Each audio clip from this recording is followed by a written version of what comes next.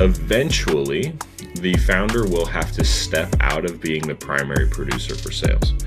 And the reason why a lot of founders get stuck here is because they can't repeat the process to be able to teach it to somebody else. I use a specific framework. I know you interviewed Curtis. Curtis uses a specific framework, but it's how can I make these calls repeatable and mechanical in nature so that way I can get super consistent outcomes that are highly, highly predictable. So if you're taking 10 calls and you're closing 1 to 2, how can I get you closing 3 to 4? How can I get you closing 5 to 6 out of those same 10? That way you don't have to spend more money on revenue and you can 2x to 3x your business purely on sales efficiency. Welcome back to Growth Lab Sessions. I'm Joao, CEO of Stealth White Label Agency, and my mission is simple: to help marketing agencies grow and build sustainable businesses. Today, we're bringing in Cory Jackson, the founder and CEO of Rev Haven and the force behind Sales Silverback, the framework that's changing how agencies build high-performance acquisition engines through people and process. Cory is known for helping sales teams unlock, scale, structure offers, and close qualified deals faster. His work is battle tested, his style is pretty direct, and his results speak for themselves. Rev Haven has supported top names like D-Dung, Joshua Johnston, and Anatoly Lubinsky, among many others. Cory, welcome to Growth Lab Sessions. Are you ready to take it to the lab? Hell yeah, let's do it, man. Thank you for having me.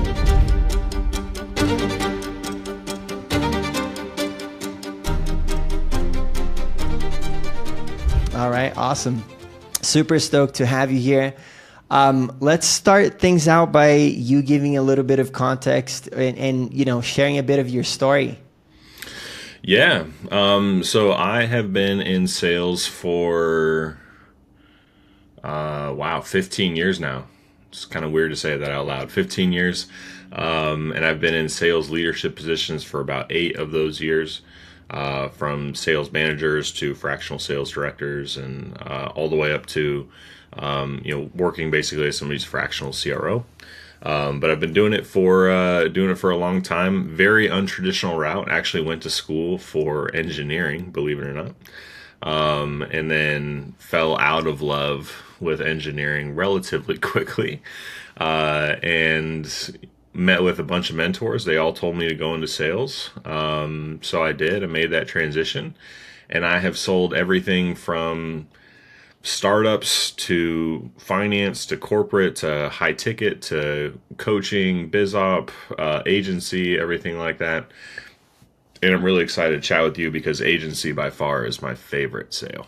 So mentors told you to go into sales, right? And why is that? Why did they do that? Yeah. From the engineering side, I really enjoyed solving problems. That's why I wanted to become an engineer to begin with. But I really didn't like the sociability of engineers. I didn't like the super rigid hierarchy of engineering structures. And although my job was to solve problems, I didn't really feel like I was having an impact. And I've been financially driven most of my life. So being able to have a direct proportionate outcome of your skill set to income was something that I was attracted to. So, but really it was about solving problems and being able to talk and help people. Yeah, for sure. Yeah, I did go into sales myself off of university. I studied economics and was pretty sales driven. So the advice was to go into sales, work for startups, and then switch into, and then eventually become an entrepreneur. So I get, that kind of advice to go into sales. I did receive the same advice. When did you start working with agencies? About 4 years ago, maybe 5 years ago. Mm-hmm. What was that process like? Yeah, I came from the high ticket space. Mm-hmm. Worked in kind of like a pressure cooker environment in the high ticket space. Was doing about $350,000 to $400,000 of cash collected pretty consistently, and then that business went through some trials, and then I ended up going over to the agency space. I met Ashton, and then Ashton and I started working together. It must have been about 4 or 5 years ago. And I started closing for Heman Media before they made the transition into bad marketing. But I've been in the agency space for about 4 or 5 years.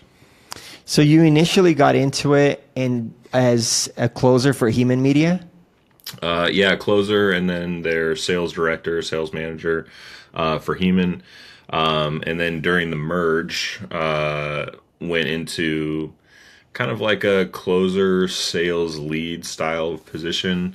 And then through that process, I was able to realize that I can do this for other businesses. So I ended up leaving bad and then starting the business that we're in now, being able to help agencies scale. Nice. And so Rev Haven started when you left Heman, correct? Yeah, so it was initially called Sales Haven, Okay. and all we did was fractional sales management.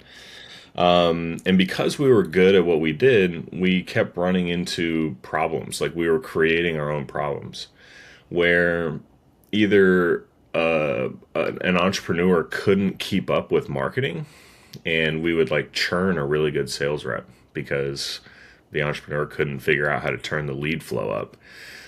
Or leads and sales would work really well, and then the operational aspect and fulfillment would like start to fall apart. So we would have to take 7 days off, 2 weeks off of selling for the entrepreneur to catch up on the fulfillment side. And honestly, I just kind of got tired of waiting for the entrepreneur to fix the problem.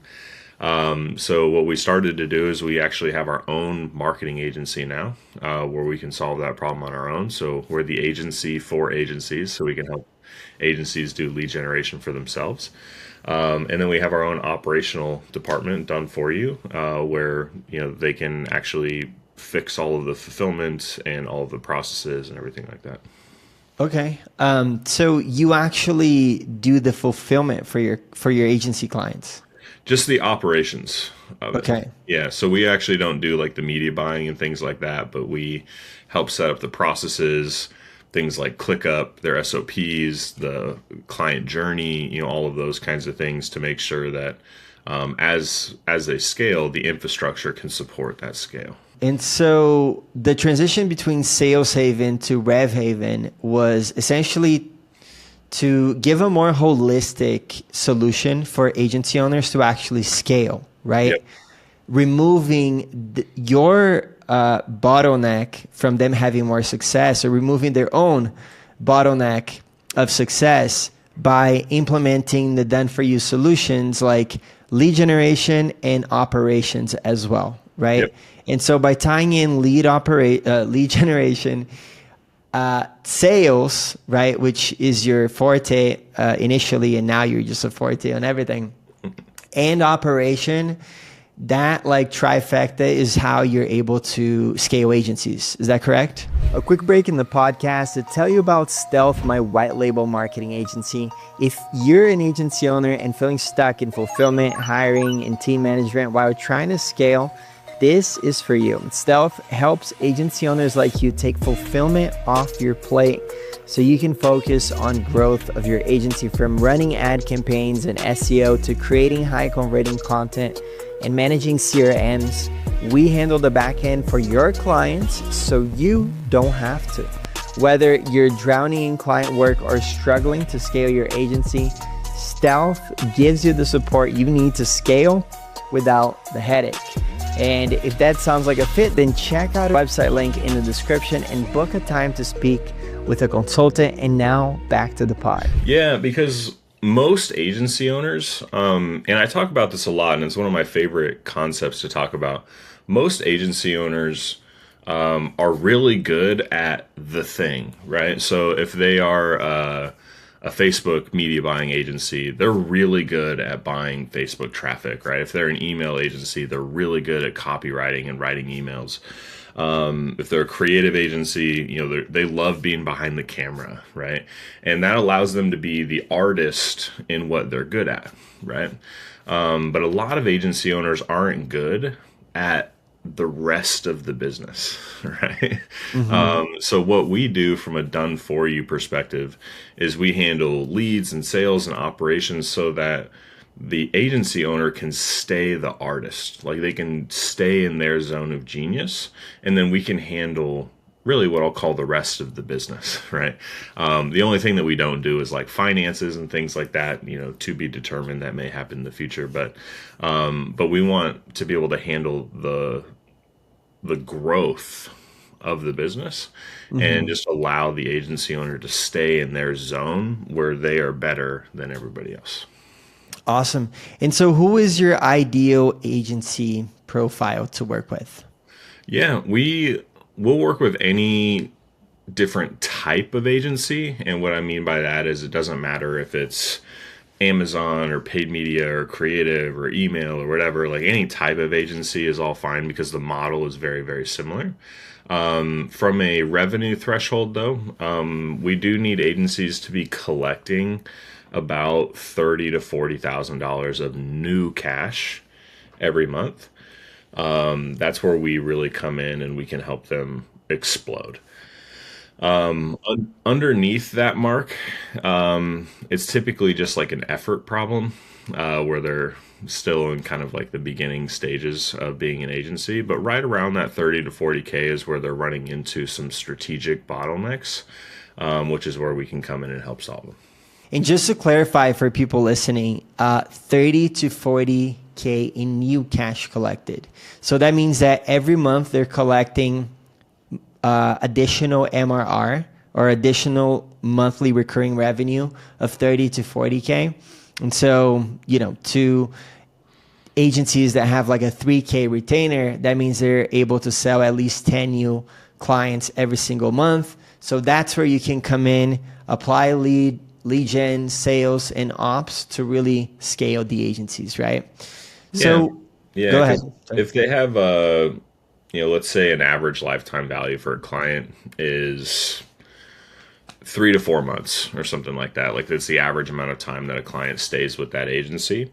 They'll be north of $100,000 a month of total cash collected. Because if they do 30 this month, 30 next month, that brings them to 60, 30 the month after that, it brings them to 90, 30 a month, 4, brings them up to about 120 or so. And that's where the bottlenecks occur that we can really solve in a done for you capacity is right around 100,000 of total revenue per month, which is about 1.2 million or so a year, is where we become really, really effective. Underneath that mark, they're typically not running into anything that's super strategic yet. Yeah.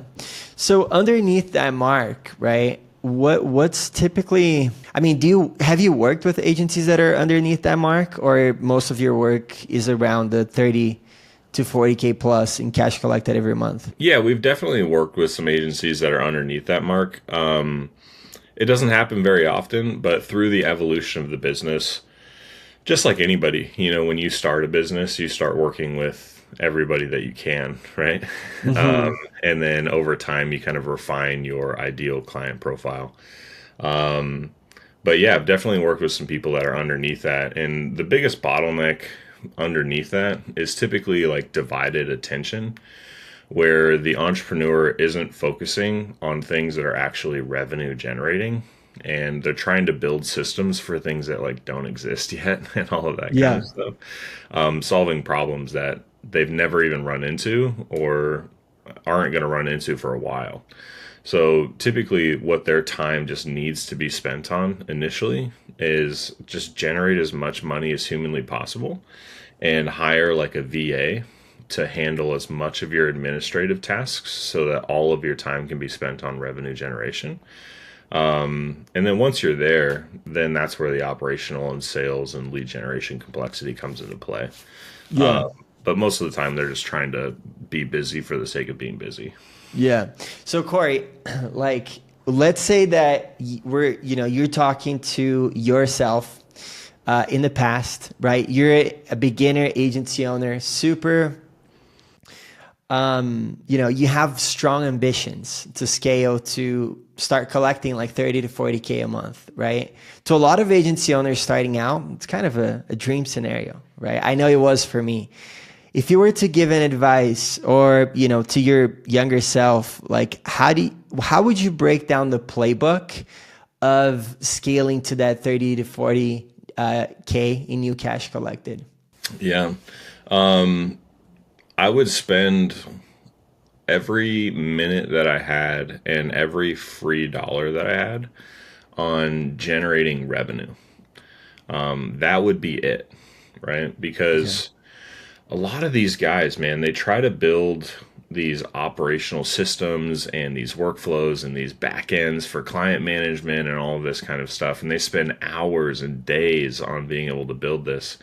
And then they build it and they think it's really pretty. And then when they actually put clients through it, it doesn't work because the Yeah. client experience is actually very different than what they initially mapped it out to be, which I've always found to be really interesting. So until you have enough data to be able to determine this is how the client journey should go, this is how fulfillment should go, this is how the reporting should go, this is what my clients are asking for all the time, then your job should just be to get as many people through the door to be able to get that feedback loop as short as possible. Yeah. So your time should be spent on revenue generating activities, which is really going to be sales and marketing, right? And then obviously fulfilling on your clients and things like that. You want to offload that fulfillment as early as possible, at least to some degree. That way you can spend your time only generating money. And that can be all kinds of stuff. That can be actually taking sales calls. That can be doing prospecting, whether that's through the form of emails or texts or cold calls or those kinds of things. That's going to be creating content. That's going to be actually running some ads for yourself, whatever that might be. Now make sure that you pay yourself out of the business. Yeah. You don't want to be enterprise rich but cash poor when at the beginning of a business. So make sure you pay yourself out of that, include that in your operational expenses, but also don't be a jerk about it either, right? Like if you're making 20K a month as an agency owner, don't pay yourself 19,000, right? Like start to build a little bit of a war chest. Yeah. That way you can, start to have some really interesting testing and you've got some runway and things like that. But your job all day should either be on a call or fighting to be on a call. And as long as you can do that between the golden hours of, let's call it 9 to 5, 9 to 6, and your job is literally trying to get in front of as many people as possible, your agency is going to grow as a byproduct. You don't know what your LTVs are. You don't know any of that stuff. So you just need to get as many people through the door as possible until your fulfillment actually does start to fall apart. Yeah. Then at that point, you can focus on the operational excellence, go through what we call a stabilization period, where you stabilize at 40K, 50K a month. You fix the operational stuff, and then you go full bore into being able to generate revenue again. Yeah. And so in terms of like, doing everything that's humanly possible to get in front of people, right? Like, do you recommend starting out with a niched agency, general agency? What's typically your advice for agency owners starting out? I would definitely start niched, but that doesn't mean that you have to be hyper niched. So I think like local lead gen, as an example, is niched enough. You don't have to like only service tire shops in a specific zip code, right? Like that's way too niched. But the reason why niching is so important is because you need to get your marketing language down for lead generation. And if you are talking to a specific avatar with a specific problem over and over and over again, your marketing language is going to get refined over time, which means it's eventually going to convert better and better and better. One of my favorite quotes is, if you try to solve everybody's problem, you'll actually solve nobody's problem. So you need to be able to pick a specific person that is dealing with a specific problem. That way you can speak to the problem really well, and it'll help you across all marketing channels. Because if you just try to market generally out of the gates, especially with like no case studies or no name recognition or anything like that, it is going to be very, very difficult, and your message is going to land on deaf ears. Yeah. So you want to make sure that like you at least are speaking into a problem that somebody is experiencing over and over again that you can solve. So I would definitely niche down at initially, and then broaden as you start to get traction in a certain area. Yeah. And in terms of structuring offers, right? That's something that I've seen a lot of content from you about, or like in the websites, things like that. After you have a niche, right, or a sub niche, you can, and you mentioned marketing language as well, right? You can create marketing language for a specific niche that touches on their desires, their pain points, right?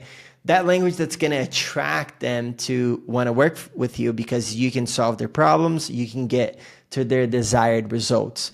Now, an offer, when we talk about an offer, like how do you view structuring an offer for an agency?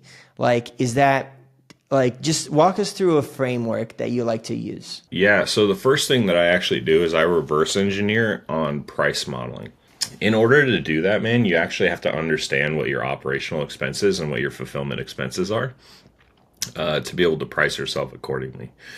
So you need to start there and understand like what your pricing model actually needs to be in order for you to be profitable, at least right now.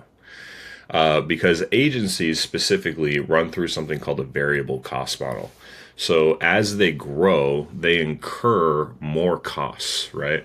So that could be staff members, that could be software, that could be more marketing expenses, or all these kinds of things. So as they grow, their operational expenses, or OPEX, goes up, right?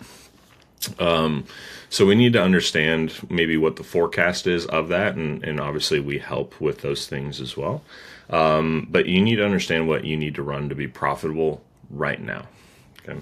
And then what I like to do is I like to start initially with what I'll call like your no-brainer offer. And what I mean by that is, what is the offer that you could fulfill on for a client with very, very minimal effort, because it is so deep into your zone of genius that it doesn't require that much thought, effort, and energy, right?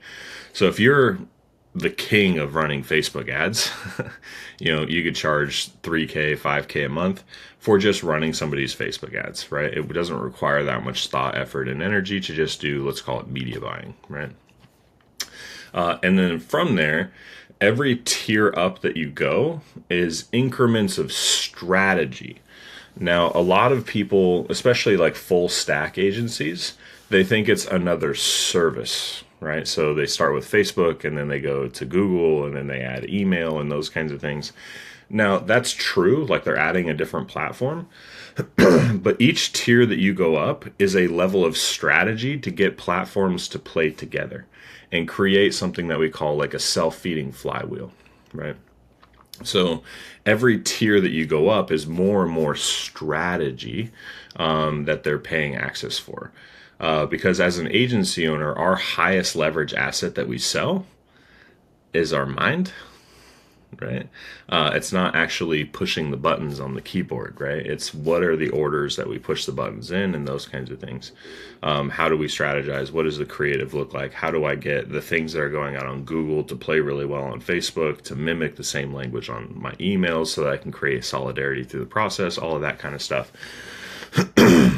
So they're paying for strategy increments.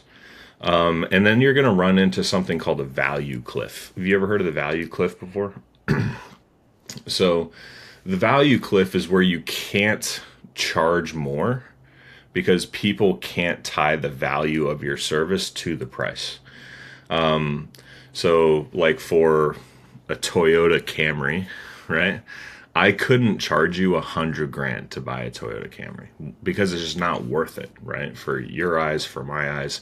So there's like a value cliff that exists where I might be able to charge you 30, 40 if I was a really, really good salesperson. And then 50 is like, no way. Like, you're not going to buy the Camry for 50, right? So there's a value cliff that exists on the service side. Now, the sad part is a lot of agencies undercharge by so much that they never even run into this value cliff. Like, they have no idea where it exists. I see agencies all the time charging $2K a month for their service, and then another agency in the same space providing the same level of output is charging $7K, and they're making 3.5 times your revenue on the same service, which is why they're actually able to scale, because they have cash to be able to deploy. So sometimes, like, agency owners, purely to grow, the only lever that they need to pull is charging more. No, that's not always the case, but it does happen frequently enough to mention it. Yeah. Okay, cool. So I think now we're talking to a bit more experienced agency owners, right? So up until this point, we've kind of spoken to the early agency owners that are looking to scale up, focus all your energy in sales, revenue generating activities, niche down, create an offer that's a no-brainer offer. Now, speaking to, the agency owner that's already collecting the 30 to 40K a month, maybe they're doing sales themselves, right? They figured out some sort of lead gen that they can generate maybe like 1 to 3 appointments a day, right? They're good at sales. They have some sort of fulfillment, VAs, in-house, white label agency.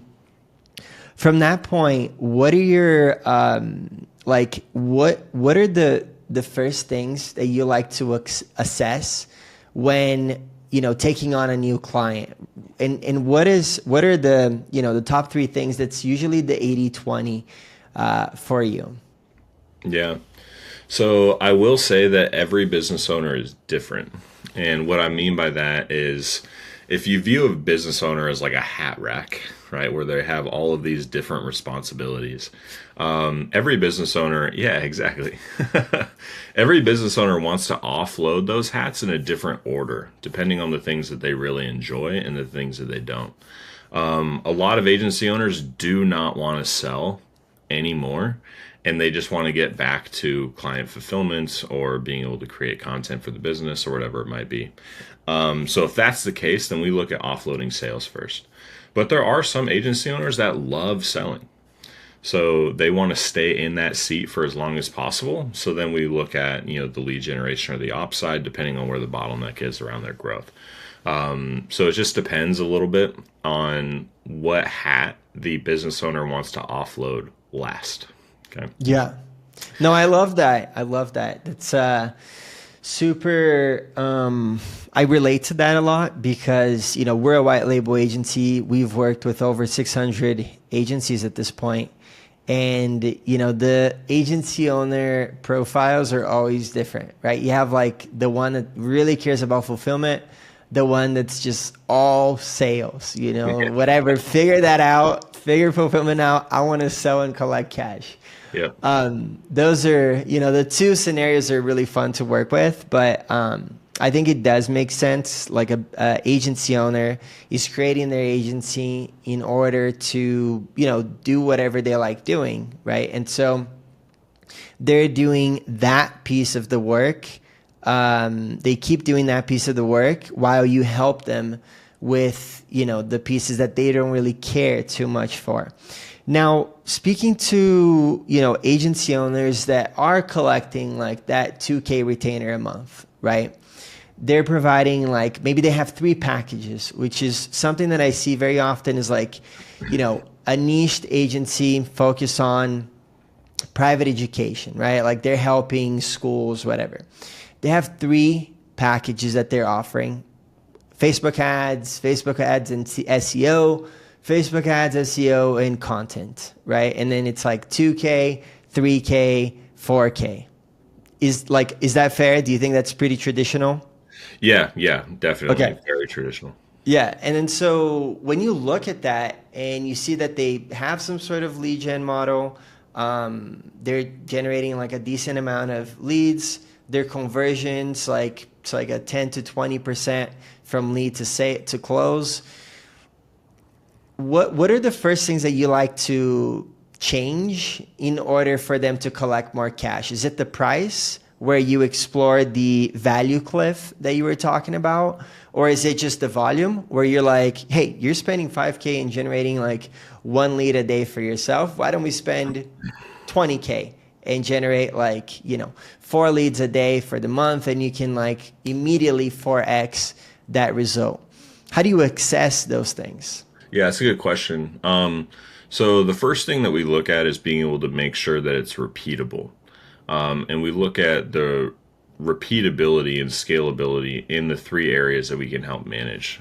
So the first one is like lead gen is great. If you tried to scale spend, does it all fall apart? Right? So we want to make sure that the lead generation engine is consistent. The second one is sales. Are your sales consistent? And not even just the outcomes, but is the sales process consistent? Things like as rudimentary as being able to confirm your appointments and having appropriate automations, and when they opt in, what is the information that they get? Are you sending them PDFs, YouTube videos? Are you sending them testimonials? Like all of that kind of stuff. But then also getting onto a call. Can you go through the same framework through the call every single time? And the reason why that is so important, especially for founders that are good at sales, and I'm going to say that in quotation marks because I've heard a lot of founders say they're good at sales and they're actually not that good at sales, but that are good at sales, is there's two major things that founders run into. So the first one is what we call founder bias. So founder bias is if they are on all the ads, they're on all the content, they're on all of those things, and then they show up onto a call, they are going to close at a higher clip because the people feel like they know them because they've seen their face a bunch of different times, right? So they may have some inflated numbers, right? Imagine 10 years ago, Steve Jobs could probably outsell iPhones versus anybody in an Apple store, right? Because he's just Steve Jobs. Everybody knows who he is. They want to talk to him. They want to buy an iPhone from him, all that kind of stuff. But then the second thing is eventually the founder will have to step out of being the primary producer for sales. And the reason why a lot of founders get stuck here is because they can't repeat the process to be able to teach it to somebody else. So they need to have a very, very specific framework that they go through.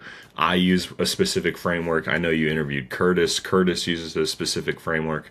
But it's how can I make these calls repeatable and mechanical in nature so that way I can get super consistent outcomes that are highly, highly predictable.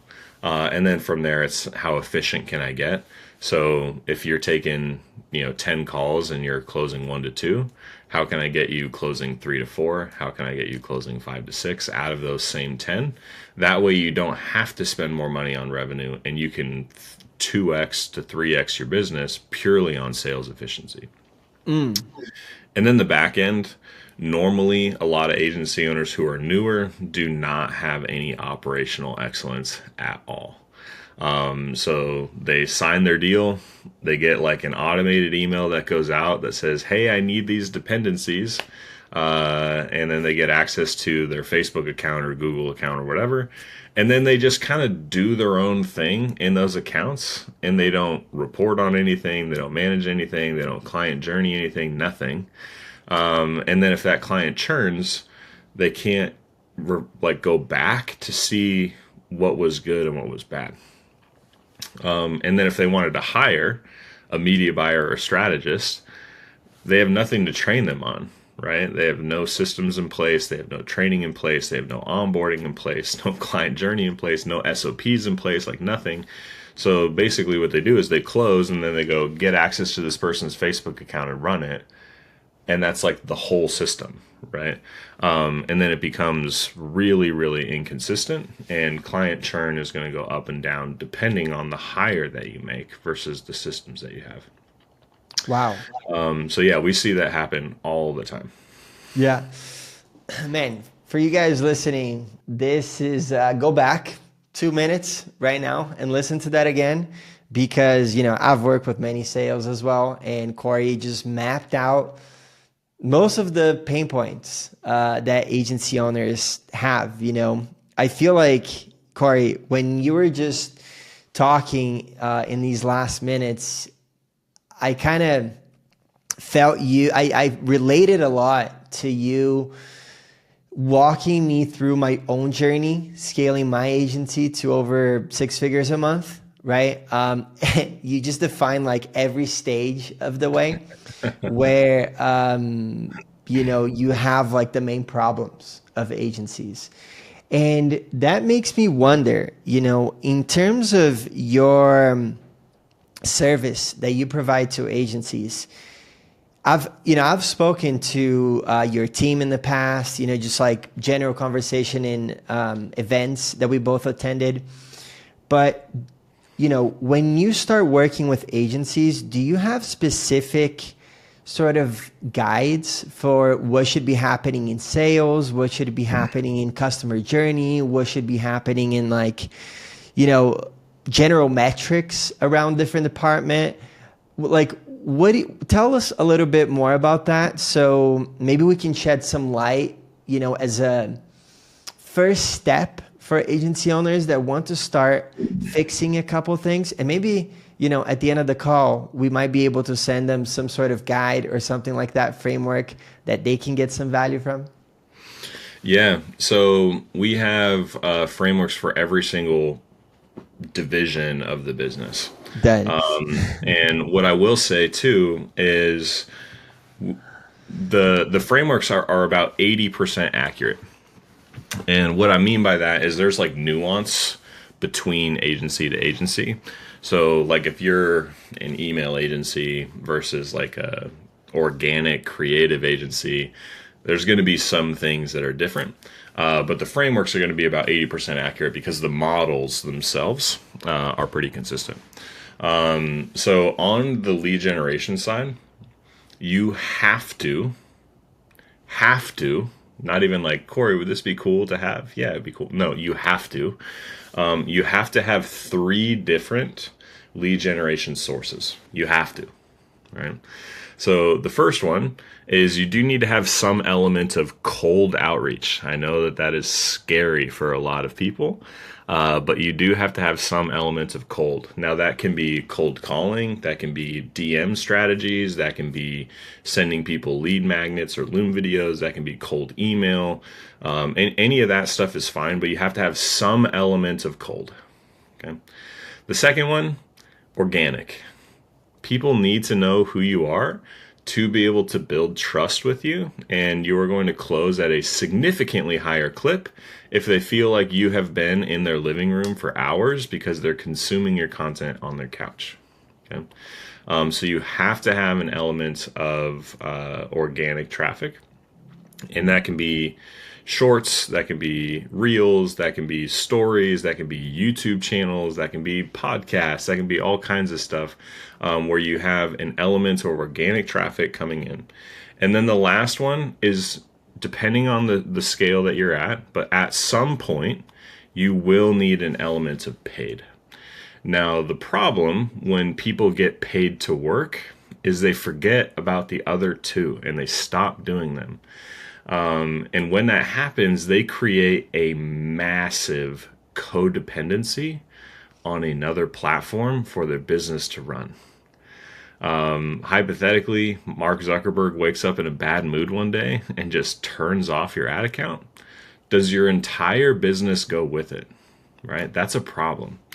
So you need to make sure that you have 3 legs to the stool. That way, if one of the legs breaks, the entire business doesn't go down. Okay. So on the lead gen side, you have to have that. Now, what's interesting is it will be weighted very differently.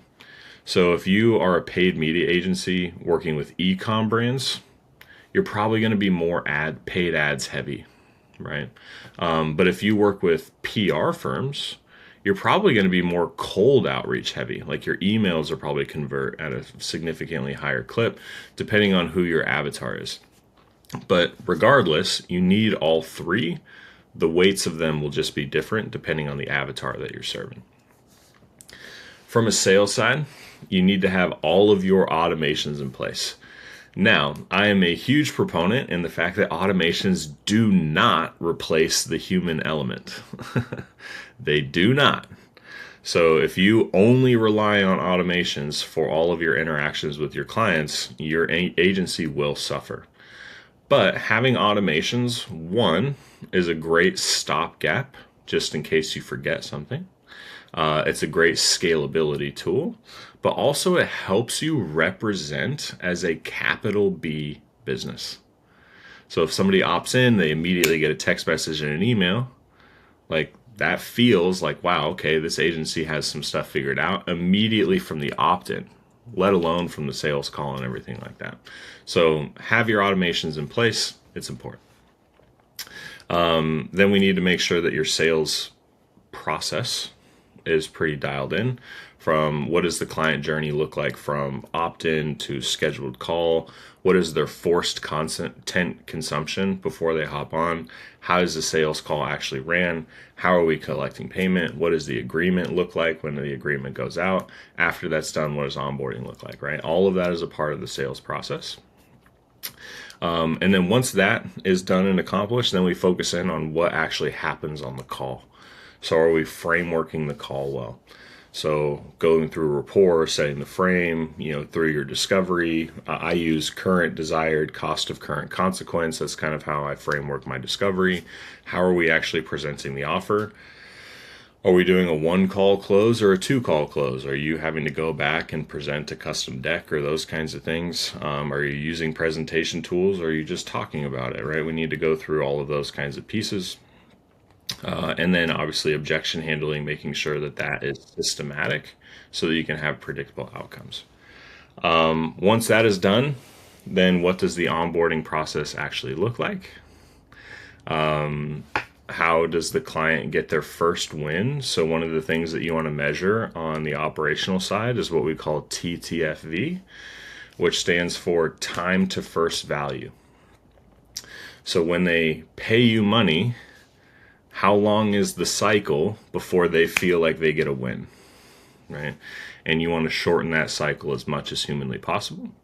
And then be able to create the client journey, expectations, reporting structure, as well as communication infrastructure so that you guys can talk. What do the meeting cadences look like? Everything like that. Onboarding calendars for new talent. Capacity measurements. A lot of agencies suck at this, being able to determine what the capacity of their team is. And then they overload them before they hire, and then they make a hire out of a need versus a want, and then they churn somebody and all this kind of stuff, right? So we have frameworks for all of those pieces, but that's how your business runs efficiently without you needing to be in it. Yeah. Wow. That was just short of a masterclass. I feel like if you just spoke for the full hour instead of me asking you questions, that would be like a complete framework for scaling up an agency from sales to, potentially offboarding them. But that's really cool. You talked a lot about sales process, and then the transition from sales to account management. I feel like that's worth a lot of gold already and gives, the audience a glimpse into what it would be like working with you. I'm sure that's just the tip of the iceberg, essentially, right? We can't get into everything in just 20 minutes, an hour talking here.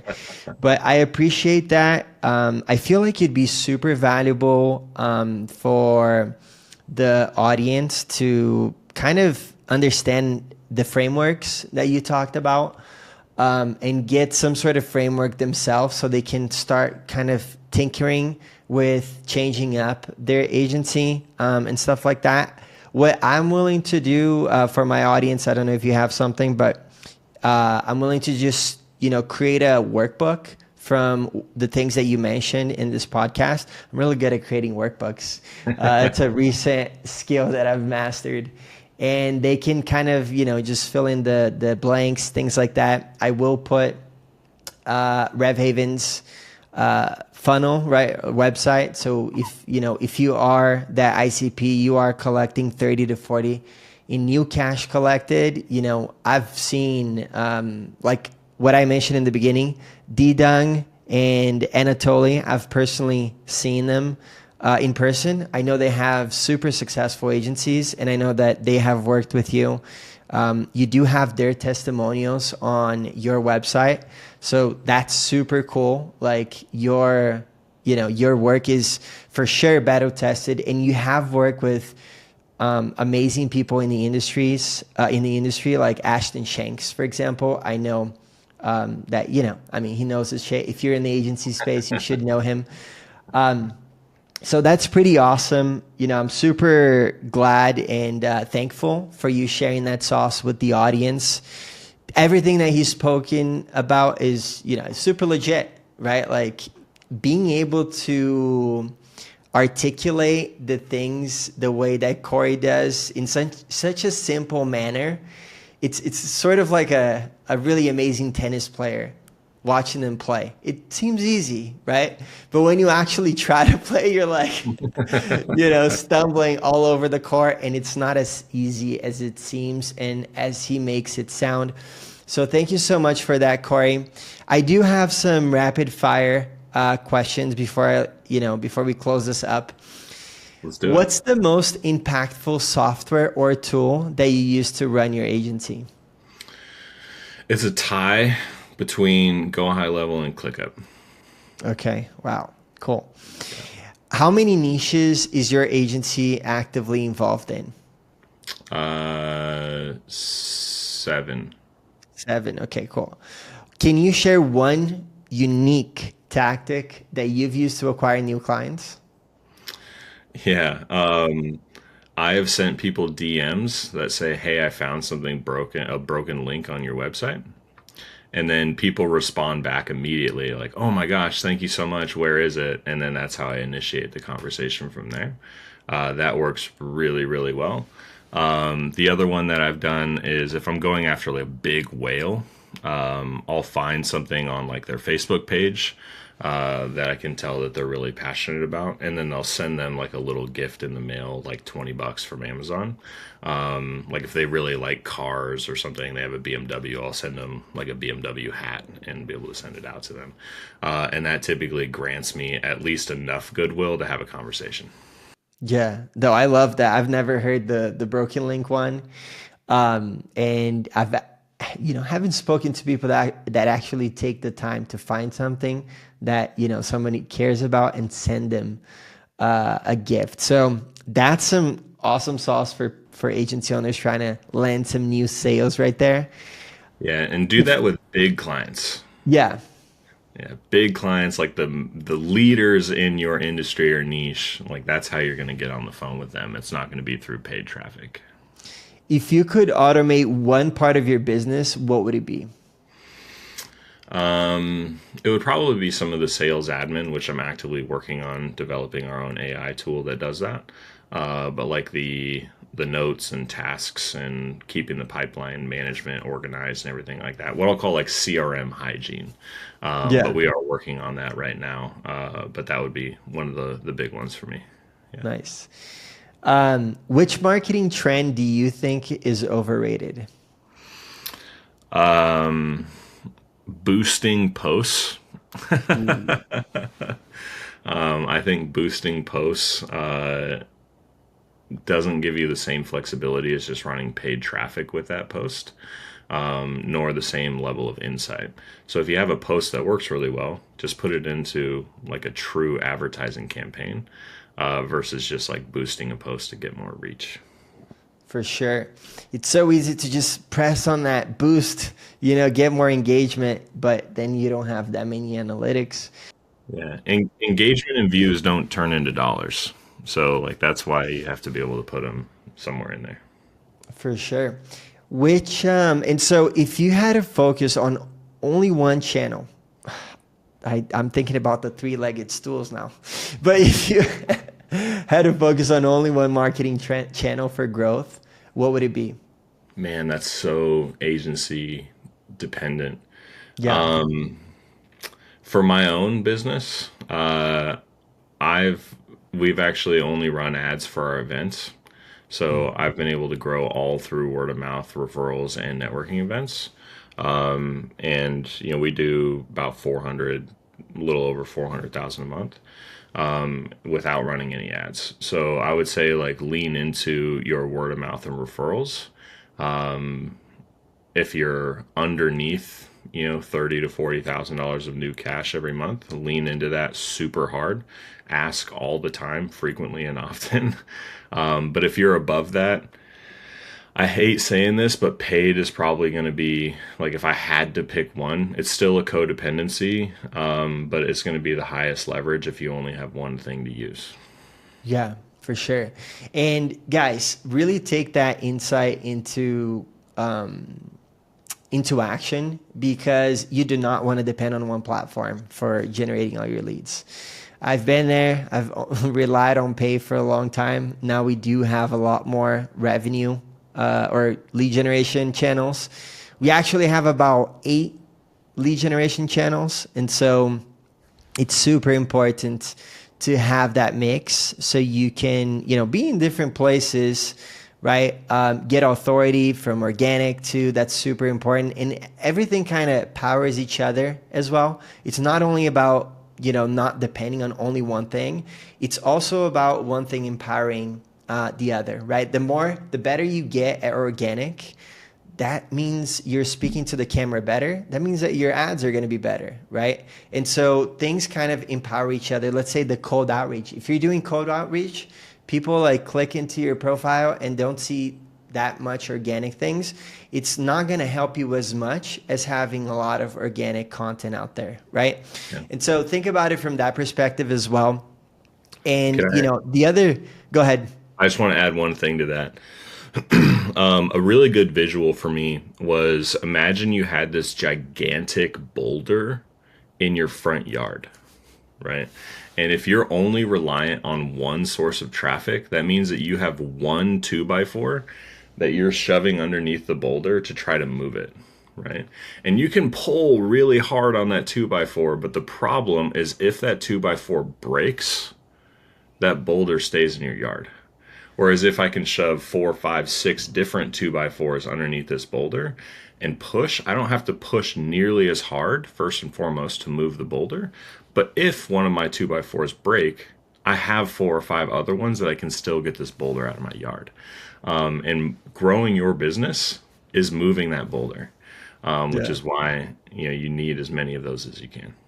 Cory, I love the visuals that you share. That helps like see things so much easier. And I love that you have a definition for everything.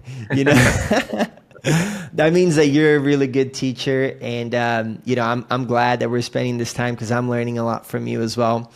My last 3 questions for you is, what's your current revenue? You just mentioned it's around, over 400K a month. So that's super powerful. That's a lot of revenue to generate. That means, you're having amazing success, and I commend you on that success.